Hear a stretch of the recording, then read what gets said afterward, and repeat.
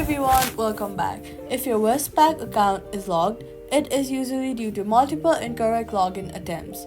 First, wait at least 15 minutes to 30 minutes before trying to log in again. If your account remains locked, use the password reset option. Click on Forgot Password, then enter your details, your customer ID, and your date of birth, then click Next. After that, make sure you are entering the correct username and user ID and password. If you still cannot access your account, contact the Westpac customer support to unlock it securely, and that's it. Subscribe for more quick fixes.